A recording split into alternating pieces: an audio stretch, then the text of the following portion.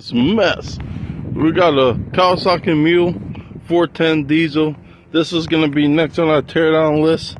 This happened after Florida's last hurricane. A lot of engine parts.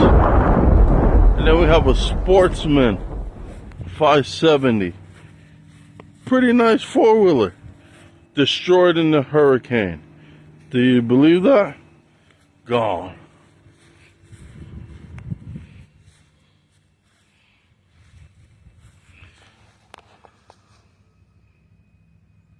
Let me know what you guys need.